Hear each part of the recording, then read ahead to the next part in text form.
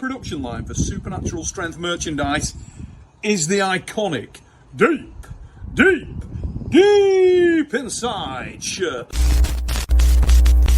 Ladies and gents, get out there and get your merch. Links in the description, copy and paste it into your browser. Feel the love, motherfuckers.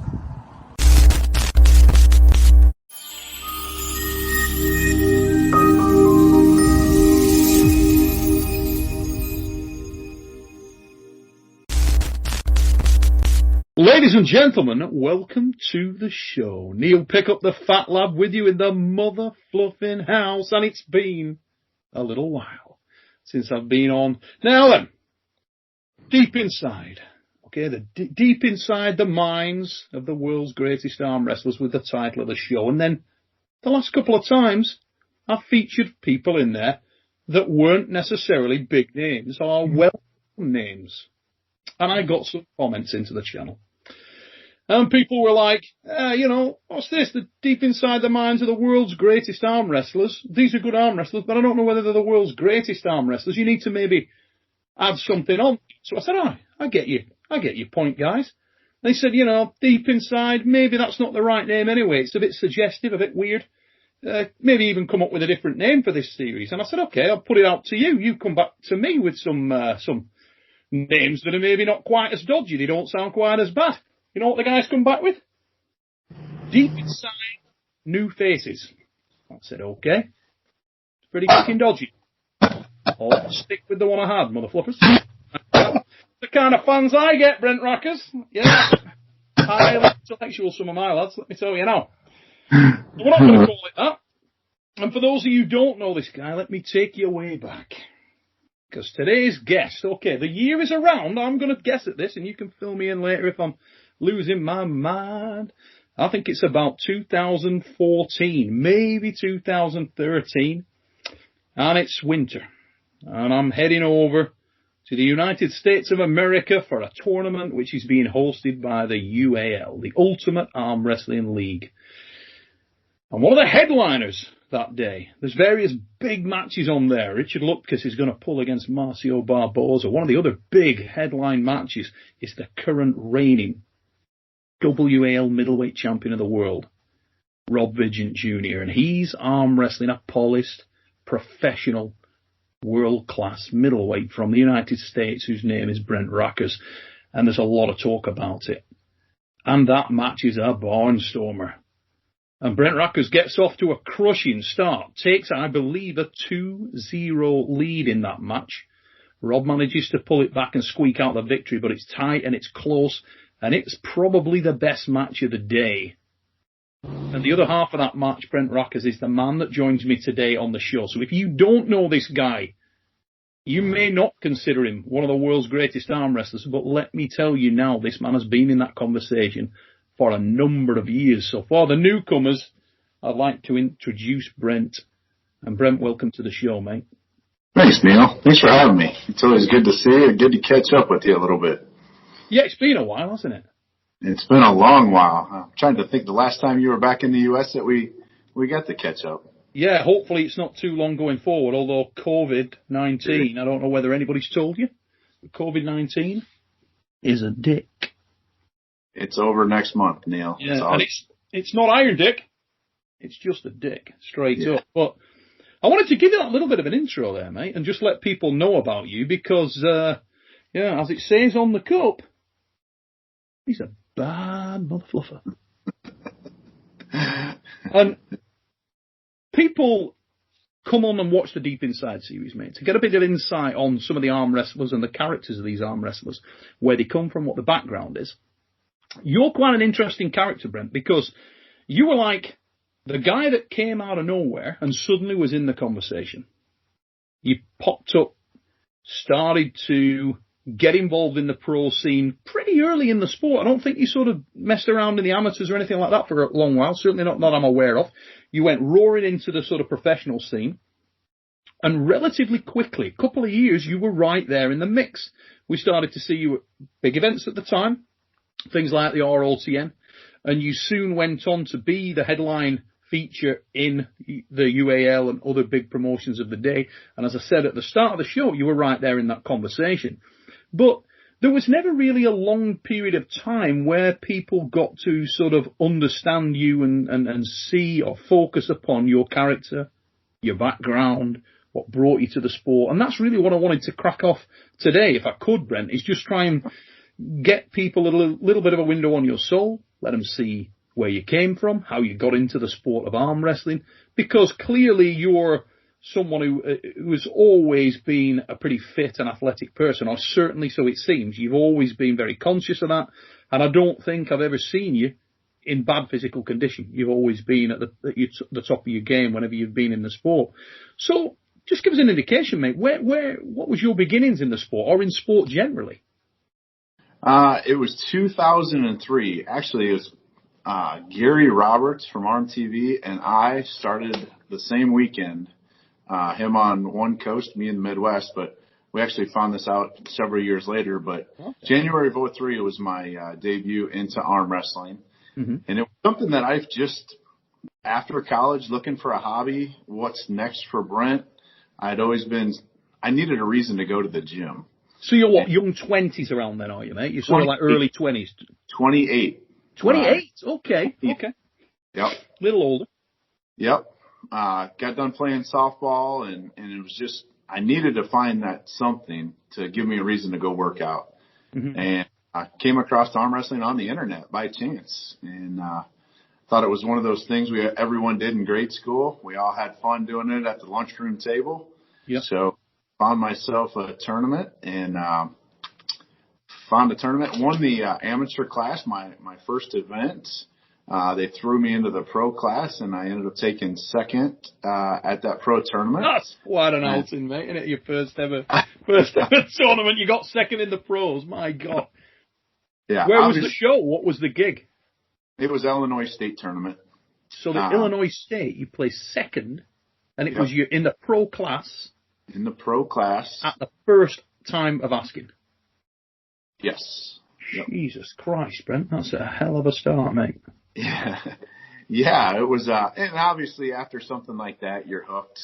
I mean, at least I was, and, Blaine Middleton is the one who kind of took me under his wing, started training me.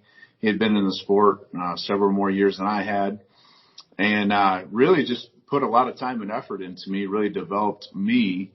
And it was good because he was a, 280 pounds, 6'5" big boy, guy. yeah. Big hand, long arm, and it gave me an opportunity to work with somebody bigger and better and stronger. Mm. So that was 2003, and then 5 years later, hit my first Triple Crown in 2008. I won the Triple Crown, yeah, the ArmTV Triple Crown, but yeah. Yep, and then did it in 2009, back-to-back years. So in terms of you sort of, you're saying you'd been playing softball, mm-hmm. But that's quite a change, to come from softball into a strength combat sport, whatever you want to term it. But what led you in this direction? Were you always interested in strength sport? Had you got any other sort of gym background, powerlifting, anything like that? I was always in the gym, and I was always working out. I played college baseball, mm-hmm. So after college ball, softball was it was a way to stay in the game. And then it was just like, I need something more physical, something that I can go out there and do. And it was just, like I said, I thought about bodybuilding, but then I was like, you know what? I got to put too much weight on. I got to watch what I eat. I like to eat too much. Mm-hmm. So I don't want to gain that kind of weight. You're talking to a guy who likes to eat too much, son. You do not look like you like to eat, unless what you're eating is celery and Kinletti. You look like the kind of dude that weighs your food. I mean, you're chiseled. Have you always had that sort of a good physique? It's just been one of those things you woke up on a Tuesday and you were Zeus? I guess I have been fairly lucky. I've always been into nutritional supplements and vitamins, so I've always been consistent on like the proteins and the vitamins and stuff like that, but never as far as counting calories or weighing my food or watching what I eat. It's just my body tells me, like if I want ice cream or pizza or cookies, I'll eat it. It's not something that I don't do, but I don't overdo. Yeah. but fortunately, I've never had to consistently watch what I ate. Going into this last tournament 2 weeks ago in Kansas City, a week and a half ago, I came down to 205. I was walking around at 210, and the weight class was 205. So for me, that 5 pounds, it was just a matter of cleaning up and not eating cookies and dessert for 2 weeks. Yeah. And I lost the 5 pounds over a course of 2 weeks, and it was fine. I prefer to do it slowly and feel good instead of doing the water cut or last minute cut. And was the physique thing, did that sort of encourage you to pursue? I'm conscious you said you thought about bodybuilding, so you're obviously very aware at that time that you were already built. Yeah. Now, had you experimented with how strong you were? Did you have an awareness that you were not your average hombre? Did you know you were powerful? Yes, I did. I knew, just working out in the gym in college, along with other college athletes, I was a step above strength-wise physically with the other athletes. So I knew I had something different than a lot of people did. I knew I had more of a natural gift than probably most people do. But talent-wise, I've always just worked harder. I've never been the most talented at anything, but I've always had the best work ethic. Very interesting. Now, I want to just dig into sort of that first competition, because I'm fascinated by the fact that, like so many lads that we get on the show who are or have gone on to become champions in the game, they always had that early signs that they were special, that they were a little unique, You always say, oh yeah, you stick with the sport because you're really good at it. You get the odd one, that odd outlier who, Engin Terzi is a good example, who said he was, biblically weak when he started arm wrestling. He said he was working in a florist shop and he couldn't beat anybody. He said he was, and now you look at him, and he's phenomenal, one of the best of all time, and got the resume to sort of back that up. But a lot of the guys who come on the show are like yourself, and they'll say, you know what, I knew this was my game because I got involved in the sport, and straight away I just had something that was that X factor that allowed me to win. Now, what I wanted to know was, when you went to that first arm wrestling competition, you won the amateur, you placed second in the pro, was there a degree of natural technical prowess? Did you have any technical read at all, or were you doing something completely different to what we now see? Because predominantly now you tend to be looking for the top roll. Was that the case back in the day? Did you have that natural inclination or not? Complete opposite. Just all I had was a hook. It was it. Just all I knew is I had a strong arm, a strong bicep. I've always had pretty good sized arms. And it was just the natural inkling to turn inside into a hook and just hold on and battle it out as long as you could. Interesting. So it was really, you've sort of transformed your technique as you got into the sport. And that was, I'm assuming that Blaine sort of brought that out of you because being such a big lad. Yeah, and he's a complete top roller. So, I can't top roll with him. I do have to hook him because that's the only place I can beat him. Understandable. Yeah. On his hand. But I learned along the way that where I'd get into trouble probably in 06, 07, 05, 06, 07 was I didn't have the stamina or the endurance to get down to the final rounds. I'd get in some long battles getting to the finals at championships, at bigger events. And then I just didn't have the gusto, the oomph, the stamina to stick with it, to be able to win a championship. So I learned over the course of time that top rolling was a quicker way to win it, and I could conserve a whole lot more energy if I learned to top roll. And how are you? How are you now in terms of your stamina? Is that something that you have to work a lot harder than you would at other aspects of the game? Are you sort of the natural sprinter? So we know you've got the fast twitch fibre. We've seen evidence of that throughout your career, that explosivity, and we know you've got a lot of horsepower. Do you find now that you've managed to change your game around a little bit, and if you do get dug into a long career ending, that you're okay in there, or is it still an issue for you? Would it be a weakness in your game? No, I think over the last couple of years, I've really become really well-rounded. I think I got the longer term stamina. I think my top roll has really developed. My inside game is still really strong. So I think I just become a more versatile arm wrestler, more complete arm wrestler, just an all-around arm wrestler. Now, what was I mean, you jumped forward quite a bit in terms of your career, and I want to sort of dial it back a little bit and get into some of the other elements that, there we go. Behind me. Tremendous. Yeah, what you won't know, ladies and gents, is while we were setting up the show, we tried various locations. Yes, that's the kind of glamour that you get here on the Supernatural Strength channel. It's quite good, that, mate. That looks that's a little bit omnipotent, that background there. You got, like if you were going to see God emerge from a cloud, you've got that going on. Lit up behind. He's my full-time guy that works for us, so he's just getting back to the property. No problem. I wanted to dig back a little bit, mate, because you're actually, you've racked up a great deal of experience, and you've been abroad, you competed at the World Arm. I'm trying to remember which WAF you were. You were at one of the WAFs, weren't you? You went to, certainly one of them, I know. Yes, I went to Italy in 2009, and then I did the USA in 2010. Now, what was your first notable win, the first one where you thought to yourself, because I know there was a lot of buzz about you, Brent. I remember, I think the first time I saw you at an event where people were talking about you, I actually pulled you at the Arnold. And I remember at that time, people had said, well, it surprised me there. Who's that kid? And they're like, oh yeah, he's really, really strong. He's an up and coming guy. He's solid. I said, yeah. And that was the first time you were on my radar. And I remember actually making notes for like the Arm War Super Series and stuff.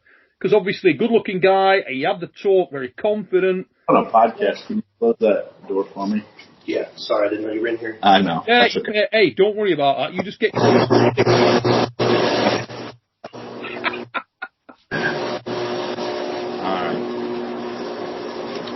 Sorry about that. You know what I like best about that little thing there? The fact that you're sat in here talking to yourself as far as he's concerned, because he's sat behind you, and because you're the boss or whatever, you do, hey, fucking, oh, that's okay. I'll just walk past him and I'm like, you say, oh, I'm on here doing this call, and he's like, oh yeah, I didn't notice that. I thought you were just nuts and talking to yourself in the corner.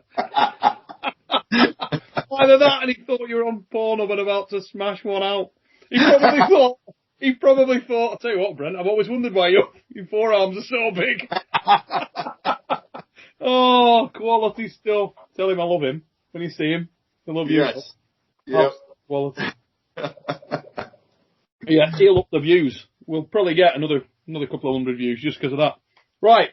So where we were there, that was the first time you came on my radar, but I'm aware that there was already a buzz around you. So what was the first sort of notable win, mate? Where did you first get a good win under your belt and people were aware that you were on the rise?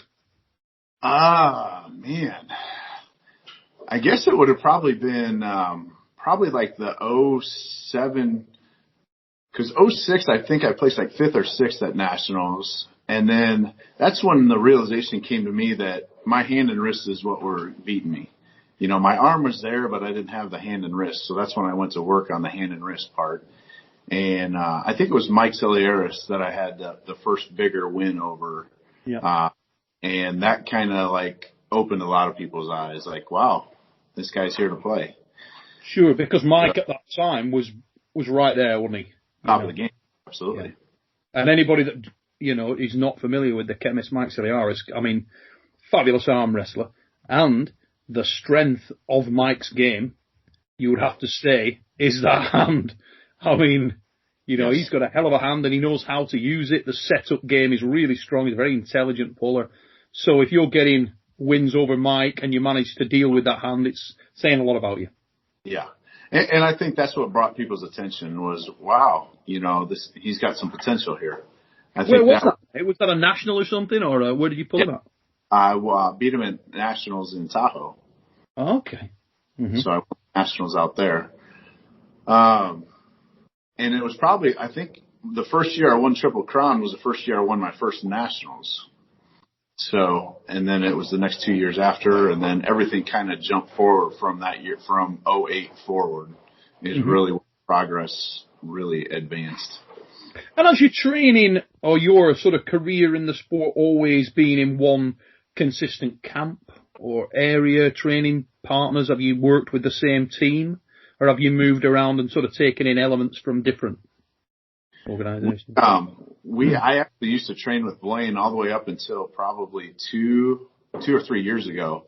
And then he got away from the sport, wasn't doing it consistently. And then I jumped over across the river here in St. Louis and jumped over with a team over across the river. And they're as consistent as can be. I mean, just every Thursday and every Sunday, as much as you want to come. I mean, there's always people there to arm wrestle, no matter what you want to do. So that has really helped my game, is to have a consistent place to go every week. Sure. Yeah, it's such. I mean, I couldn't agree more, mate. It's such an important thing. If you don't have a good crew around you, good access to arm wrestling regularly, it is enormous. I mean, for me, you know, people these days, it always makes me smile a little bit because there's so much now supplementary weight training that's involved in the sport of arm wrestling as it's evolved and so on. Quite strangely, I found that the peak times in my career were actually where I'd say I was training less with gym and supplementary stuff on in weights, but arm wrestling a lot more at high level. So there was a couple of years where I was incredibly prominent in terms of attendance at tournaments and things of that nature. So I was pretty much every weekend I'd be at an international tournament somewhere, whether it was Russia, the States, Ukraine, or wherever it was. I would travel, try and find the best events I could, the most diversity I could.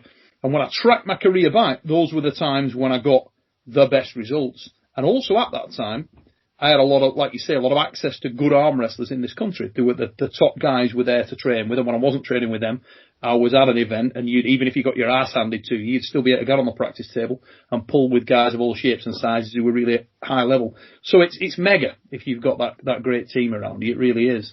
We do. A lot of hands, a lot of size differences, a lot of different levels. You know, it's great for me just to have that diversity of hands to be able to pull and to be able to pull consistently. Now, let me ask you this. I'm going to interview you this question. What do you feel? Because I'm going through this trial and error stage now with COVID. I got out of the gym because they shut down the gym, and I was arm wrestling twice a week. But I couldn't. There's no measurable. You can't measure if you're getting better or not, strength-wise. Yeah. And then I got back to the gym and I got away from the table. So I'm kind of trying to balance what is better, because I can't do both at the same time. Physically, it hurts me to weight train and arm wrestle. I have to have a break in between. So either I have to arm wrestle for a while or I have to weight train for a while, because my arms, the recovery just doesn't suit me well. It takes me time to recover. Yeah. Have you found that you are better when you just arm wrestle? Yes. Okay. Yes.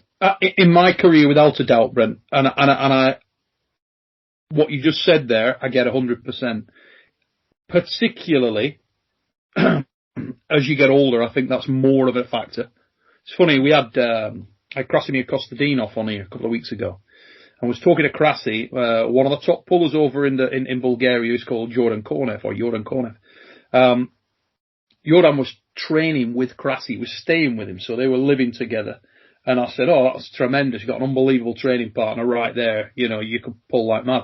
And he said, "Yeah, it was great in theory, but in practice, it was difficult for me because I'm that much older. Joran's in that stage where he can pull all day and it doesn't bother him. You know, he's ready to go the next day." And a lot of us have had that stage in our career, that time when you're bulletproof. But as Krasimir's got older, he said, I couldn't do that. So it was actually detrimental to my progress. And I said to him at the time, I have a similar experience in that I think there's a tipping point between volume of work. So for me, if I was putting in a tremendous amount of volume onto my arms, the old adage is that you're going to break your arm down and you will see a gain, but it's like almost like a moving wave, and you don't see what you've done until you've got that time to rest and get benefit. I am not convinced that that is in fact the case with arm wrestling, because I think there is a degree of detriment to the joint and to tendon because it's a material battle. So I think it deals with ligaments, it deals with joints, it deals with tendons, and there's definitely a tipping point there in that volume. And as you say, when you are in the gym and you're trying to supplement, a lot of you with lifting and stuff like that, we all want to be that alpha male, and you get carried away, rush your blood, and you're going to lift heavy, and you're going to try to get to a situation where it's stressing you significantly. And I definitely think that that is a tricky balance, because it's the two don't necessarily mix very well. I think if you are conditioning your arm for arm wrestling, you can up the volume of arm wrestling and get benefit. But I don't think, and I think it's very dangerous to try and put a great deal of volume into the arm wrestling side of things and then attempt to do a lot of high volume work in strength, supplementary strength training as well. For me, that did not work. If I could sort of segregate the two, separate them out, I definitely got better benefits. Yes. And weirdly, I didn't get the pain, I didn't get the soreness that you would ordinarily get. It would always, like you say, if I trained heavy on the weights and then I'd go and try and pull hard, that's when I'd be like, oh, geez, and everything would hurt, and it was the material, the tendons, the ligaments. And if I had my time over, I would definitely be very focused on that. The other thing is, we're getting off track here a little bit, but I'll see guys doing lifts, the big thing, okay, we're going to do the 1 rep max. And it's great that it's a focal point and it's, it's something to, for me, I don't equate that necessarily to benefit in an arm wrestling match. It's almost like, if that was the case, some of the strongest men in the world would be the best arm wrestlers, and they're just not. You are not that static. Arm wrestling is a fluid, evolving sport. You need to be able to evolve and condition. If you get into that static scenario like that and you focus on that static scenario very, very hard, I think it's treacherous. It's treacherous waters. You're gonna knacker yourself up because you'll train yourself to be that static one dimension. Oh, I'm strong as fuck in that exact position there. But if it moves an inch this way and that moves a little touch this way, then I got nothing because you're used to that. Yep. I think there's enormous benefit in having that fluidity, and I've conditioned mentally and physically and everything. The synergy is there that you will evolve through the match, and you're happy and fluid and comfortable in that position. I think, as I've always said, what you need to do if you want to be a good arm wrestler is arm wrestle. And that's why COVID is difficult for people. And I'm sure it's very frustrating for a guy like you who's been out of the sport, come back into the sport, was really making gains, and then it's like you got iced. Yeah. Yeah. How's your motivation been throughout that, mate? Have you managed to keep yourself? Well, our team never quit arm wrestling during COVID. We got together at a person's house and didn't think anything of it. Everybody, if you didn't feel well, you didn't show up. So, we just used common sense, but we never stopped arm wrestling on the table, which was good. But I got out of the gym because the gym had the mask mandate. You had to wear a mask during the workout. So I got away from that, just arm wrestled twice a week. And I was doing my recovery was fine when I was just arm wrestling. Mm-hmm. Or my recovery is fine when I'm just weight training. I can continually weight train. Yeah. It's going from one to the other that my arms don't agree with me. Yeah. How old are you now, bro? 46. Yeah. Yeah.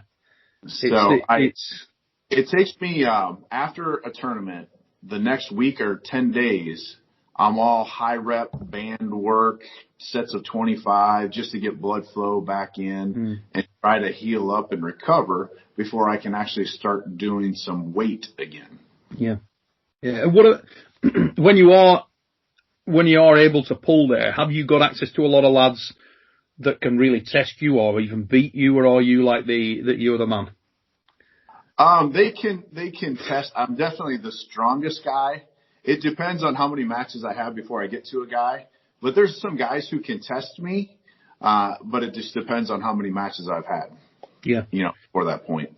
I like the scenario where you're able to have a group of guys around where you're one of the top dogs in there, so you've got the ability to work your full range and sort of ramp it up or back it off depending on how much you want.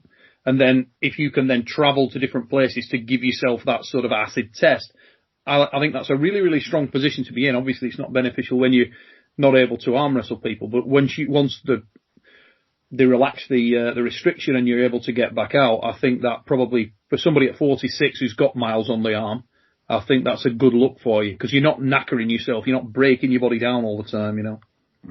I found myself probably 6 months ago finding myself just holding a lot of the guys on the table from center and working from a losing position, pulling back up to center, not trying to win, just working the catch side of the table to the center. And I found that really broke my arm down a lot more than if I would just stay at center to the pinning side. Sure. I could handle a lot more center over. So I started just staying straight center and working the other side of the table. And it seems that it's not breaking down my body quite as bad when I'm out of the table instead of holding everybody or catching or coming from a losing position. Yeah. Going back to the sort of the career focus, Brent, I want to get to, at what point did you have a realization, or would you say that you were beginning to be accepted as one of the men most likely in the US, as one of the top dogs? Because you turned into that guy we would see at the time when you pulled RVJ at the UAL, I think it's fair to say you were in that conversation that everybody wants to be in. It's like, okay, name me your top 5 middleweights in the US, and your name would have been in there. You know? Yeah. Yep, for sure. When was that? When were you aware of that and you thought, yeah, I'm the man? I probably started thinking that after my first Triple Crown. Like, how can I not be in the conversation after winning a Triple Crown? 2008, 2009. And then that run kind of went all the way to 2014. I think I was probably in the conversation. And then after that, it was just business and life and everything else got in the way that I wasn't as active in the sport since that time. Why was that, mate? Why was we'll come back to the first question on that a little bit as well, because I want to dig into that more, but why did you get out? Because it's weird that you'd been, 1 minute you're the headliner at the UAL and then... Yep. It was more focusing on a business that our real estate investment business. We have several businesses, but developing the businesses that we had, growing the businesses that we had, was probably one of the biggest things. But then I had some injuries that kept me out. One of them for a year and a half, an elbow injury that I was out of the sport for a while that it just never healed up. Yeah. So there was a combination of things, but just family life, business, and then some injuries in there too. How are you now with that injury? Have you managed to move past it, or is it an ever present? Nope. All healed up, all ready to go. Both arms. In fact, my left arm has really made some leaps and bounds over the last year. So I'm anxious to test that out at a higher level as well. Yeah, we've seen you. For those of you who aren't aware, guys, 217 Brad Cook. Legendary content that young man puts out there. You need to, if you're not familiar with 217 arm wrestling, that's 217 arm wrestling, get yourself over to that guy's channel and subscribe, because the level of content that Lab puts out is as good as you will see. It's cinematic in quality, fabulous stuff, and Brad is going places in that respect. I'm sure that he will blow up anytime soon. But what you will see over there is a lot of this guy. Brent's featuring a lot of that stuff, and you'll see Brent's arm wrestling. And we've seen you active on that left arm quite a few times of late. And like you say, you are ambidextrous. We have seen that in your game. Would you say you've got a dominant arm, or not really? No, I still depend on my right arm. My right arm has always been the better arm, but my left arm is gaining ground quickly. Yeah. It's really catching up. And I'm not sure why. I mean, I'm training them both the same, but it's really made some leaps and bounds in progress. So I don't have the answer as to why. I did have for you. Are you technically the same, both arms? Do you feel as no. I'm yet to meet that guy. Yeah. You know, like, oh yeah, I do that. Do you find your technique differs from arm to arm? Are you more comfortable in one position on one on the other? Absolutely. Absolutely. Yeah. Yeah. I haven't learned to top roll the way my right hand has learned to top roll. My left just hasn't kind of caught up and figured that one out yet. So that's definitely everybody that's so consistent with the top left. They say, oh yeah, I feel really comfortable doing this, or oh, I'm defensive on one arm and I'm attacking on the other. It's just odd. Yeah. But really consistent. Yeah. Oh, mate, stranger things, it really is. So, let's fast forward a little bit, okay? You've dropped out of the sport. You've got business that you've got to build up, family commitments and various things. Why the comeback, Brent? What reignited it? Well, I think it hit me a year or two ago that this opportunity doesn't last forever and I'm not getting any younger. Mm. So, I don't want to have any regrets 10 years from now saying, man, I wish I would have gone back and done that because I think I would have done really well. Like, I'm the guy that I don't want to have any regrets. Yeah. I'm going to figure it out and, I'm going to go and do the best that I can do. And at least I'll prove to myself one way or another. Yeah, I could do it or no, I couldn't, but I'm not going to have a regret in not doing it. When you were out of the sport, mate, were you very conscious of it? Were you sort of still in touch with it to some extent? Were you the guy that was sat there with the TV on watching WL and thinking, oh, I can whip that dude? Yeah. You know what? I'd be lying if I said no, because that's what got me back into it. Because I flew down to Atlanta to watch the Michael Todd and Devin match. Oh, you there? I remember. To see if I wanted to get back in the game. Mm-hmm. And because I had watched WAL matches before that, and I'd been talking to Bart Wood. I think I even messaged you, maybe not yet at that time, but I wanted to go see if this was the real deal, see if this was the real thing, and if it's what I wanted to be a part of. I remember you telling me that night. I was at, where the hell did you go? Because I was looking to catch up for a beer with you after, and you'd gone somewhere. But I remember at the show, I was coming off the stage, and you're like, all right, mate. And I'm like, fucking hell, Brent, I haven't seen you for ages. And you said, just so you know, I'm back, I'm coming back, I'm back. Yep. And I remember thinking, ooh, interesting. Yeah. You know? Yeah. Rob really sparked that fire in me.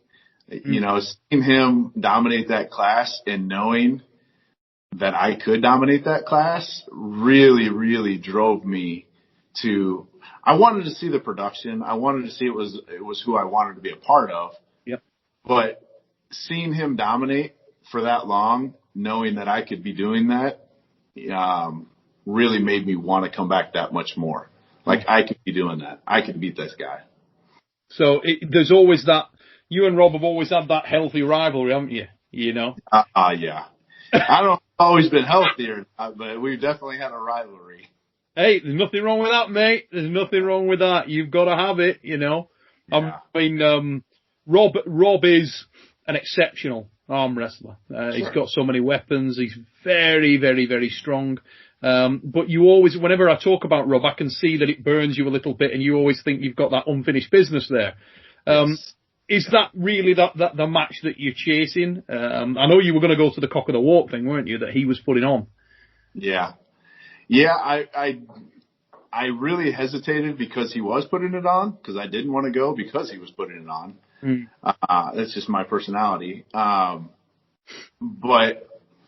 I wanted to go and pull all the other arm wrestlers.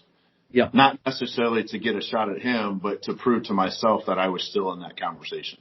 Did you see that as was it more about yourself and or was it at the same time as sort of sending a signal out, like a signal flare that people, okay, just in case you didn't know, how's that for a statement? Yeah. Is that were you aware of that at the time? Absolutely. I'm here and I'm back in the game and I'm ready to play. So tell me about the other guys that are sort of in that conversation right now, mate, because during COVID, we've seen some guys that have emerged to prominence, other people a little bit in the background, some great arm wrestlers, but we haven't seen them as active. Example of the first one would be someone like Dan Mosier, who Dan obviously has a tremendous season, and he's a lethally dangerous arm wrestler, does what he does, and he does it very well. Then you've got the other guys that are sort of lesser known, but have had that sudden spark of, who the is that guy? Like Robbie Russell's just done it only a couple of weeks ago, you know. Sure. Paul Lynn has had a couple of really impressive outings, you know. So where do you put yourself in that mix? And that's probably a good place to start. Let's talk about those three individuals who are very prominent now. Starting with Mosier, how have you had any experience with Dan? Do you see yourself in that conversation with Dan? Yes, absolutely. Actually, I don't know. Dan beat me in Arkansas last summer. Okay. We pulled there, and that hit was just incredible. I mean, we only pulled time and wanted to pull again. I wanted to do some after pulling to try to figure it out, but super impressive. Very, very impressed with the hit. Not necessarily the power or the strength, but the hit is absolutely incredible. I was more than surprised when I got it. Yeah, he's been exceptionally impressive. I was thinking the other week when, you know, I felt a little bit bad for Dan, because he's a lovely bloke, Dan, as well, right? Nice lad. Mm-hmm. And he's had such a impressive performance throughout that whole 9-10 months of activity. He took one loss against a bigger man in Jerome Lau. And suddenly everybody's like, oh, the Mosier train is off the rails. And I'm thinking to myself, nah, it isn't. He's just as dangerous. If he hits you right, you're done, you know.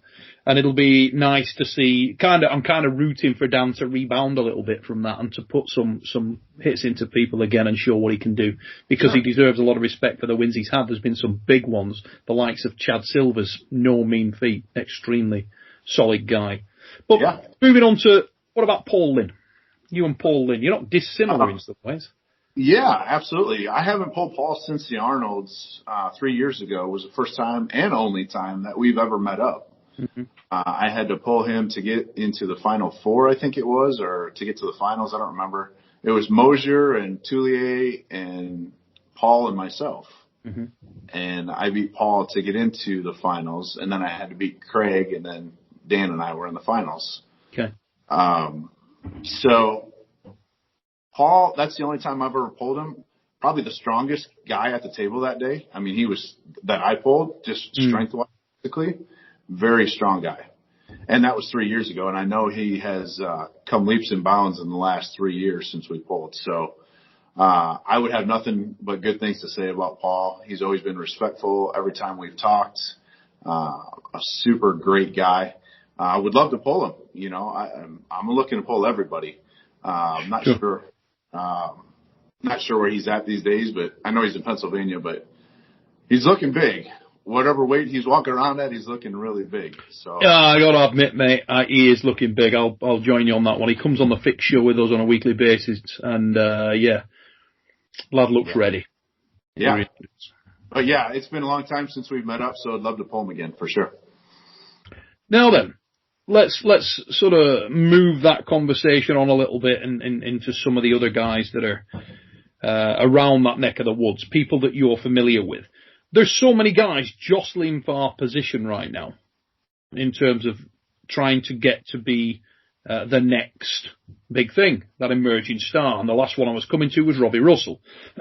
So if we take that sort of concept, let's call it the Robbie Russell factor, the guy who makes a statement at a show, or there is a buzz around. And I'll throw a few names out there on people who sort of probably fall into that category. Robbie Russell being the first, Jason Merlo being another one a lot of people talk about, and Brandon Lemon is another one. You know, a lot of chat about him. And let's throw probably one more in there, and it would be Dallas Langston.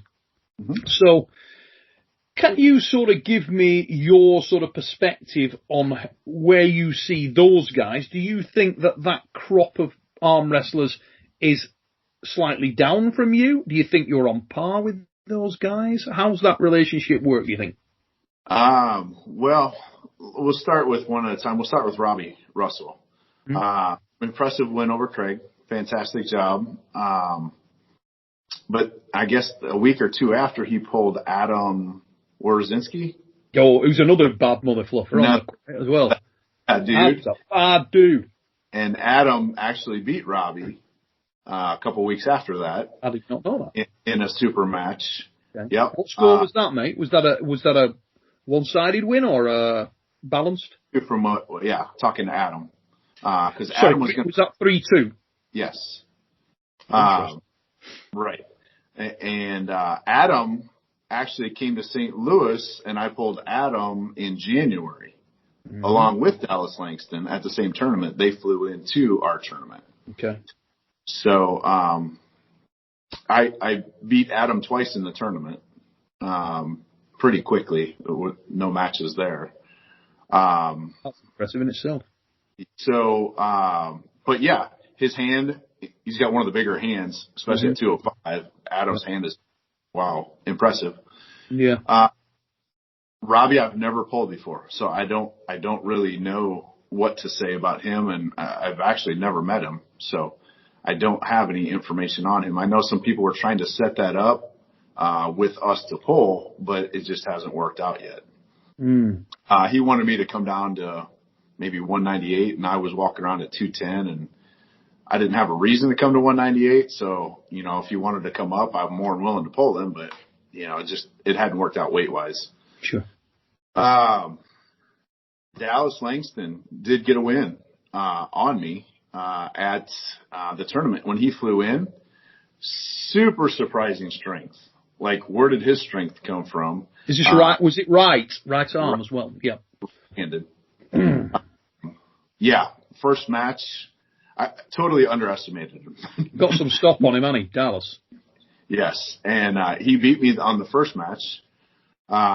Second match, that I elbow fouled out. They called us dead center of the table, and they called an elbow foul on me. So he ended up winning that match. And then the third match, I beat him fairly quickly. Okay. So it would probably be a good super match setup. At least I would want it another redemption, even though it was, basically he won two, but one was the elbow foul. Yep. I would like to get a clear-cut win over on that one again for sure. Who was the other guy that you named? Let's go Merlo. I've never pulled him. I've seen a couple of videos of him. Looks super impressive. But I don't know the guy. I've never pulled him before. Have you ever pulled Kevin Robertson? I don't think so. It's another interesting one. See, there's a number of these guys that are in that, like I say, the Robbie Russell factor. The guy that's the conversational point. It's like, what about this dude? And now and again, and Adam, you mentioned, is another one who often gets forgotten about, and he's rock strong. And you get these guys that are just out of the conversation, but now and again they'll pop up and slap somebody, Sure. Robbie's come in and cracked Craig. Now you can say, okay, 2 years not his best at the moment, and there's maybe something in that because the guy's come back from a serious injury, but nevertheless it puts somebody on the radar, and we've all been there. Yep. So I was just trying to get from you, is that, do you see that as sort of opportunistic, or do you see that as frustrating that you should be, because you've been in the game longer and you do have that established name and you do have the pedigree? Do you think to yourself, no, I should be getting a call out before a Jason Merlo, before a Kevin Robertson, before Robbie Russell? What do you mean by a call out? To pull a big name, to pull Paul Lynn, to pull Frode Hogeland, to pull Ryan Bluebowen. Yeah, no, that'd be a fun one. Would love to do that. I would hope so, just because of looking at what I've done in the last year now to reestablish myself and what I have done in the tournaments, the wins that I do have. I don't want to be just thrown in there just because of what I've done in the past, because the past is the past, but I think I have enough credibility and wins over the last year to be able to be thrown in that conversation or in that match. What about your own personal wish list, mate? Oh, I'll tell you, we didn't talk about BLM. Yeah, he's another guy I've never pulled. You've never pulled him. Okay, so that's another one that's it's virgin territory. You've never encountered each other. Because BLM, pre-COVID, he was there and thereabouts. When he was putting himself around town, he was everywhere and anywhere. Yeah. I heard his voice a lot, him and Ryan. I hear. Yeah, squeeze the lemon. Yeah. But, no, I think. Who did you have in that match, Brent? Who were you going for? Who was going to win that match? For sure. Sorry, Ryan and Brandon? Yeah. Ryan. Right, you got Ryan to win that. Absolutely. You can feel the shockwave in Canada. We haven't even put the show out there yet. Tremendous. Yeah. No, I think you would be underestimated. Ryan has grown so much table-wise, knowledge-wise, and strength-wise over the last year and a half. People are just going to underestimate him, and I think he deserves more credit than what he's getting. I think he does really well at that 200-pound, 210 mark. I think he's going to surprise a lot of people, and especially if it's 5 or 6 rounds, I think that only plays to his favor. Is that a match you'd like, Ryan Bowen? Is that a guy? Do you think you could crack him? Oh, I think I would win. Absolutely. Yeah. I'd top roll him or hook him or whatever. I think I would beat him, and I would definitely be all for that match. But I think he's definitely deserves to be in the conversation, no doubt. Yeah. I mean, he's come a long way for sure. Sure, he certainly has. But he's an interesting one, Ryan, isn't he? Because he's one of those guys that's sort of like a hot ticket. You know what I mean? He's the guy that if you crack him, then people do notice because he's got such a social media following. He's got a presence there, and he's had some impressive wins. He's in whatever circumstances. The lad can arm wrestle. He can really arm wrestle, and he's beaten some very impressive arm wrestlers. I mean, he beat Chance, and I rate Chance highly. That's a very good arm wrestler. You know, Chance had some big wins last weekend. Mate, Chance is a bad man. A bloody good arm wrestler. Jordan Still beat Ron Bath. I mean, Chance is, so that was quite impressive of itself. It certainly was, mate. I'm really looking forward to Chance pulling Ron. I think that will give us a lot more evidence than I don't necessarily sort of stack up the tournament wins in the same manner as I will when they go one-on-one. If he cracks Ron there, I'll be like, whoa, that's good, and who knows, young man, he's on the rise, so much potential, Chance Shaw, great arm wrestler, hungry as hell, so that's an interesting one. Yeah. But let's talk about your wish list, mate, because now if somebody comes up and they say, okay, you can model your path out, you can pull who you want, and you've got some steps to take before you get your way to the Hammer matches, to the Rob Vigent Jr. match. What's your wish list? Give me 2 steps, 3 steps to the Hammer. I don't know who's in line for it. Who's ever in line for it is who I want. I'm not sure. I don't have a particular wish list. You put them in front of me and I'm going to beat them. That's what I want. Whoever it is, it doesn't matter to me. I'm looking forward to pulling everybody, to establish myself. And I don't want it to be, this guy's ranked at number 2 and this guy's ranked at number 5. So number 2 doesn't think number 5 is worthy to pull him. Like, we're here to arm wrestle. Like, let's just arm wrestle and see who's the better arm wrestler and stop ducking and dodging each other. And just arm wrestle because one's ranked above the other. If you could model it out strategically, Brent, in order to give you that advantage and route through, who would you go for then? So if you were saying, you know what, I've got to crack a few guys to put myself on the map and to make statements in terms of who I would beat. So it's not personal. It's not. There's no emotion in it. It's just purely and simply chess game, a strategy in order to get yourself recognised, taken very seriously. Hammer. Which way do you go and who do you arm wrestle? Well, I think Storm was up towards the top of that game. So I think Storm would be one that would have to be considered. How do you see that match going? That's a good match. I think that's a really good match. He's got a great hand on him. He's got a great top roll on him. I think I go 3-1 on him, maybe 3-2. But I think I definitely come out on top of that one. Who's after Storm? Who else is in that conversation? Paul Lynn would definitely be in that conversation. Oh, without question, yeah. I think a lot of people see Paul as the sort of, champion-elect. He's the guy. I think a lot of people, if you were going World Arm Wrestling League, they would probably say, okay, Lynn deserves that shot. He's probably the most viable proposition within the roster. Do you agree?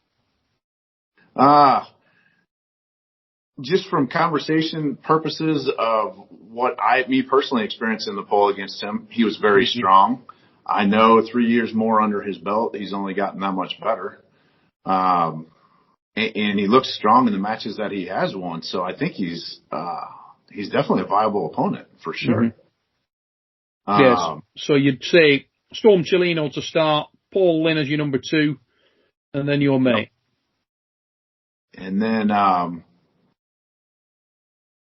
who else is on there? Would you want to go straight to Rob after that? Do you think that would make, if you crack Paul Lynn, I think that's... Oh, yeah, I would love to. Absolutely. I think those 2 wins would, I guess I would deserve to be the next contender if you win those 2 matches. Sure. Maybe is there anybody out there that concerns you? Anybody out there that you think stylistically that's a hard match for me? When you look at their game. Dan Mulder. Yeah. Yep. Absolutely. The most difficult match because of speed. Yep. In my opinion, speed kills. I mean, for everybody. And for me, I've gotten better on my starts, but that's definitely probably, what would hurt me the most is his fast start. Yep. So I see his speed as, detrimental to me in being able to catch that hit. And I think he'd be dangerous the most too. Yeah, I agree, mate. He's lethally dangerous. I couldn't agree more. Dan's a bad man. He really is. Bad mother fluffer. And, you know what? I've really enjoyed that, Brent. I know we're coming up to the hour mark now. Very, very good to catch up with you again. Thanks for coming on, mate. Really, really appreciate it. And, what I would say is, we're gonna probably pull together a couple of shows which will focus on, middleweight talent, the middleweight category in the US and so on. And I hope you'd be keen to come on and talk to us on here, maybe with a couple of the other guys as well. Yeah, man, that'd be great. I'd love to. Love to catch up with all those guys too. Any sort of social media outlet for yourself, mate? Are you on YouTube yourself? Anything like that? No, I've tried to get away from it. I don't know if that's good or bad, but I've just really gotten away from social media over the last couple of months, just taking a break from it. So not staying too engaged. Every now and then I'll see a YouTube video of some arm wrestling that's going on around the country. But as far as Facebook or Instagram or any of those, I haven't been tuned into that. Well, I'm sure there'll be plenty of footage on YouTube of you, mate, doing what you do, and I don't expect that's going to stop anytime soon. But ladies and gents, Brent Rakers, what a force. Guy that's there, he's definitely turning it on, trying to work his way up to that hammer. And it sounds like to me, Brent, you're ready to go anytime, with anyone, anywhere, and you're a confident individual at the moment. I'm looking forward to seeing you get in the mix, mate. Well, you'll see me out there doing a lot more traveling this year, especially once this gets lifted. That was the plan last year. But as soon as we get lifted here, I'll do a lot of traveling this year just to get out there and get myself out there to get out some of the better arm wrestlers. Tremendous. Ladies and gents, I want to say a massive thank you to Brent Rakers for coming on the show. If this is your first time here on Supernatural Strength Channel, please like, share and subscribe. And until we see you next time here on the Deep Inside series, take it easy, peeps. What grabs your eyes on that, if anything?